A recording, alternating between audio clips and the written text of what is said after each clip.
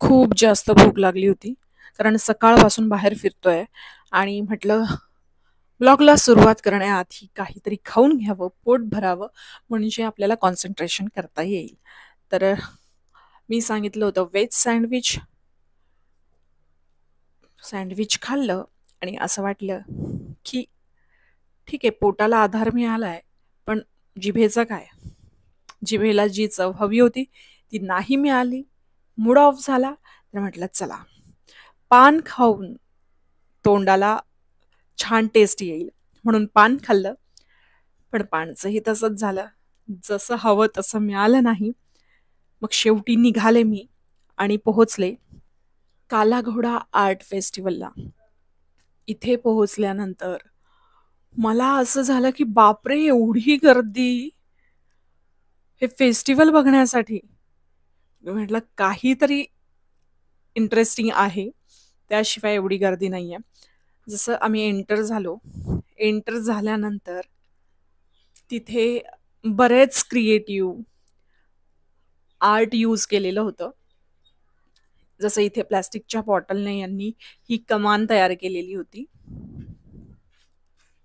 आणि इथे कपडे, ज्वेलरी असं सगळं काही होतं.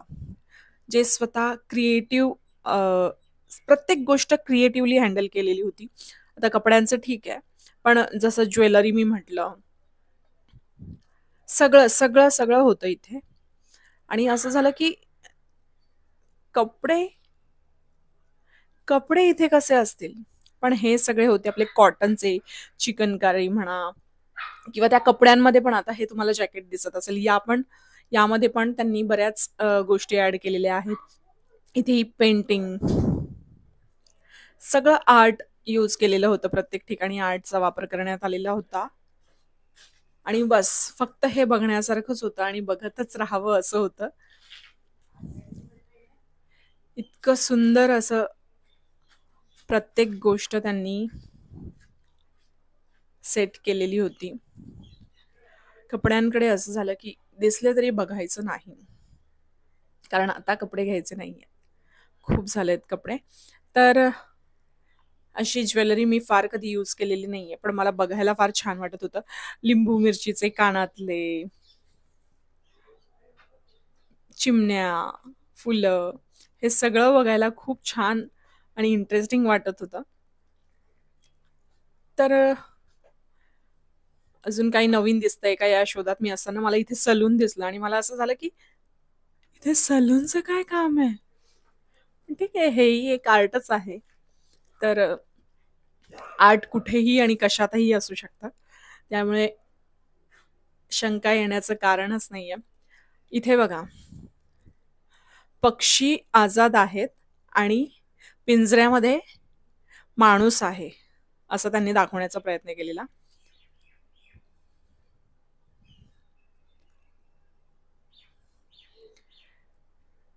कपडे नाही घ्यायचं म्हटलं तरी लक्ष जातच.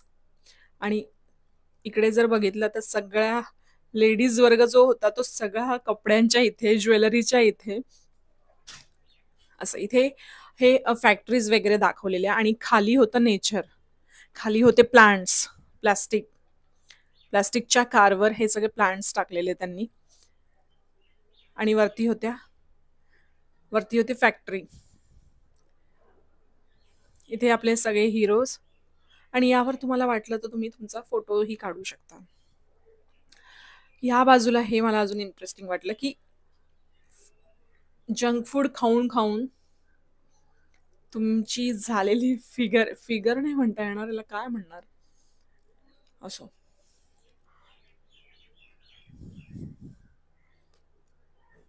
हे सगळं बघण्यासाठी खूप लांबून लांबून लोक आलेले होते.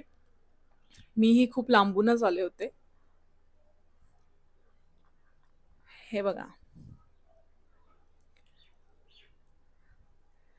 बऱ्याच ठिकाणी समजत नव्हतं की याचा नक्की याच्या मागे काय लॉजिक असेल.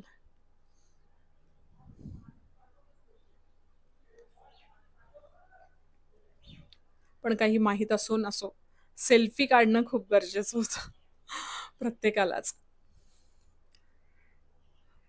स्कूलवाली फ्लाइट,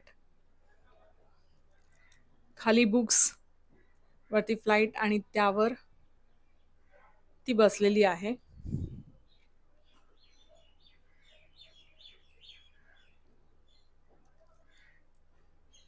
हे मला खरंच इंटरेस्टिंग वाटलेलं.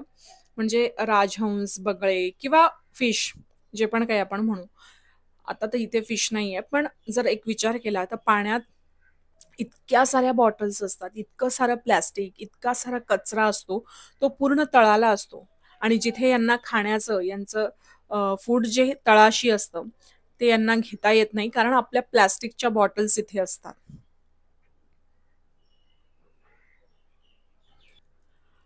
नक्की याचा अर्थ काय हे मला समजलं नव्हतं. पण कॉटनचे व्हाईट कलरचे माणसांचे हात, चेहरे असे झाडाला लावलेले होते आणि प्लास्टिकचा ऑक्टोपस, प्लास्टिकच्या बॉटलपासून ऑक्टोपस तयार केलेला होता. कपडे, कॉटनचे कपडे भरपूर होते इथे. ऑक्सिडाइज ज्वेलरी भरपूर होत्या इथे.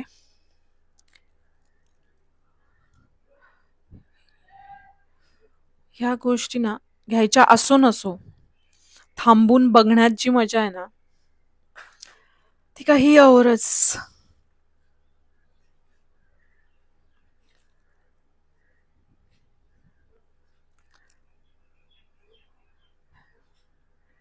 एक धावती का असेना, पण नजर मारलीच पाहिजे. एक मोठा हॉर्न, जसं ऑटोला वगैरे असतो, ऑटोला वगैरे छोटा असतो. पण याला काय म्हणतात? बँड, बाजा वगैरे असतं त्यात असतं. पण त्याच्या खाली जे होते इंटरेस्टिंग, ते होते छोटे-छोटे कान. हे पी-ओ-पीचे कान त्यांनी बनवलेले आणि हे लटकवले होते तिथे. ह्याचा एक्झॅक्ट अर्थ जर तुम्हाला माहीत असेल, तर मला कमेंट करून सांगा. मग आधी ना गेटवे ऑफ इंडिया वगैरे या ठिकाणी असं दुर्बीण, ज्यातून आपण बघून लहान असताना आपल्याला शाळेत पण आपण टाकाऊपासून टिकाऊ असं बनवायला सांगितलं की ह्या गोष्टी बनवायचो. तर तिथे गेटवे ऑफ इंडिया आणि मुंबईचे बरेच ठिकाण असे तिथे प्ले होत होते. यूथ खूप आलेले इथे. बरेच जण ब्लॉगिंगसाठी आलेले. मोस्ट ऑफ ब्लॉगरच होते असं म्हणूयात आपण. हे नेटने माणूस बनवलेला. त्यावर एक बर्ड होता आणि त्याचे पंख जे होते ते माणसाला लावलेले होते. हे बघा, ट्रान्सपरंट. आणि त्याचं जे सोल आहे ना, तिथे छोटेसे बारीक लाईट्स होते. हे एक वेन्ससाठी ब्लू कलर यूज केलेला आणि ब्लड म्हणून रेड आणि मध्ये हार्ट आणि हातात ते सिपर. हे नेट, लाकडी आपल्या ज्या नेट बनवतात ना, नेटच्या जाळ्या किंवा टोपल्या त्यापासून बनवलेलं होतं आणि त्याच्यावर छोटे छोटे बर्ड्स होते. गर्दी बघताय, स्टॉल संपत नाहीये, गर्दी संपत नाहीये, येणारे येतच आहे, येतातच आहे. अगदी लहानांपासून मोठ्यांपर्यंत. आणि ह्या ज्या काय फ्रेम्स होत्या, सगळं बघून असं वाटत होतं की कधी आपलं स्वतःचं घर होईल आणि आपण ह्या सगळ्या युनिक अँटिक अशा वस्तू आपल्या घरात ठेवू शकू.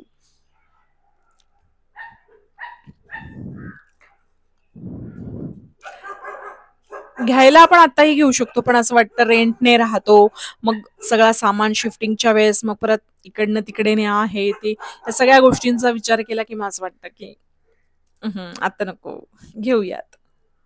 पण बघा ना, किती किती बारीक, नाजूक पण अट्रॅक्टिव्ह, युनिक अशा वस्तू आहेत इथे. म्हणजे कृष्ण म्हटला तरी कृष्णमध्ये बऱ्याच डिझाईन्स होत्या. या आहेत कॉटनच्या पिशव्या, purse, handbags, college bag, school bag.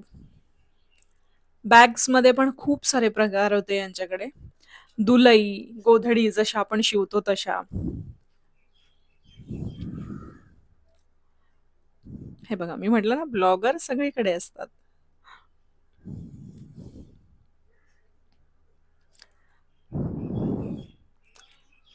हे हँडवॉश साठीचा जे केस जार आपण म्हणू, बॉटल्स, छोटे छोटे बाउल्स, मग्स, की हँगर, लॅम्प, सगळं सगळं होतं. आणि पुन्हा युनिक कॉटनच्या चिमण्या, हँगर म्हणून आपण लावू शकतो घरात अशा. मग याच्यात पाय पुसणे होते, डायनिंग टेबलवर ठेवण्यासाठी क्लॉथ होते, स्टोल होते, बॅग्स.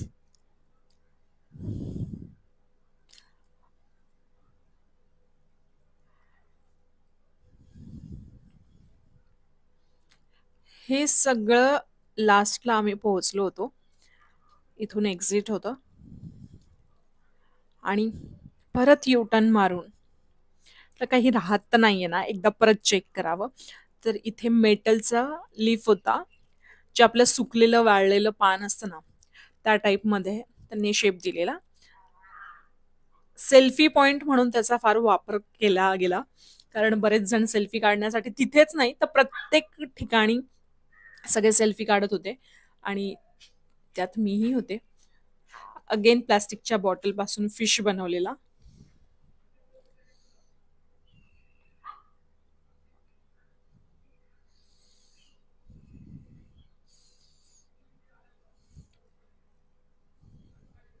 हे काय होतं मलाही समजलं नाही. कॉटनचं वापर करून बरेचसे हात होते.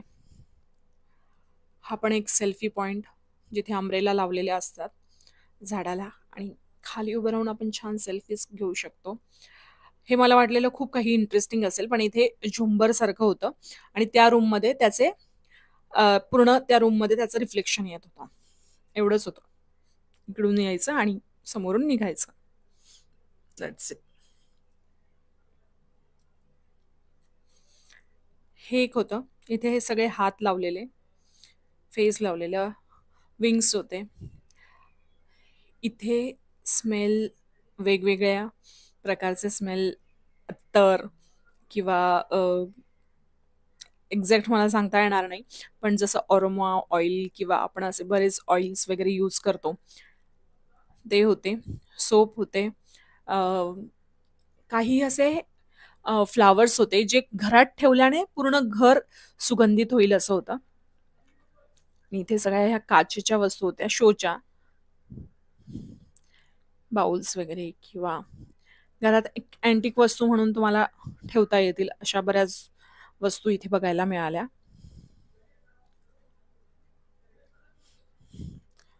आता हिवाळा असला तरी मुंबईमध्ये तशी फारशी गरज नाही, पण मला गरज पडते, कारण सकाळी 7ची शिफ्ट असते तेव्हा 6ला पोहोचावं लागतं सेटवर आणि मग येताना खूप थंडी वाजते. तेव्हा असं वाटतं की हां, पण 8-1 वाजले की मग असं वाटतं की कुठे आहे थंडी? थंडी गायब. छोटे छोटे कानातले, मोठी मोठी ज्वेलरी, हे सगळं हँडमेड होतं. हँडमेड वस्तू बघायलाही खूप छान वाटतात, वापरायलाही खूप छान वाटतात. आणि हे लॅम्प्स, हे म्हणजे सगळ्यांना इकडे अट्रॅक्ट करत होतं. लाईट्स, ह्या फ्रेम्स, ह्या मिरर्सच्या फ्रेम, छान होतं, मस्त. एकंदरीत असा अ, काला घोडा आर्ट फेस्टिवल जसं होतं, तसं फेस्टिवल मी फर्स्ट टाइम बघितलं. याआधी मी असं फेस्टिवल बघितलं नव्हतं कधी. हे जे आहे ना समोर, हे स्टॅच्यू, हे पूर्ण रीळ वापरलेला आहे. दोऱ्याचा जो रीळ असतो ना, त्या रीळपासून हिचे कपडे बनवलेले आहेत. आणि शेवटी मी निघाले घरी जाण्यासाठी. सगळं बघून झालं आणि म्हटलं,